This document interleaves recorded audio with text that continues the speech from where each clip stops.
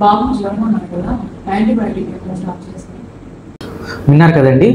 Investigations తర్వాత most కామన్గా parents అడిగేది యాంటీబయాటిక్స్ గురించి. హలో ఎవ్రీవన్, నేను మీ doctor Kedarnath Reddy, paediatrician and neonatologist, Amma hospital and IVF centre, Nellore.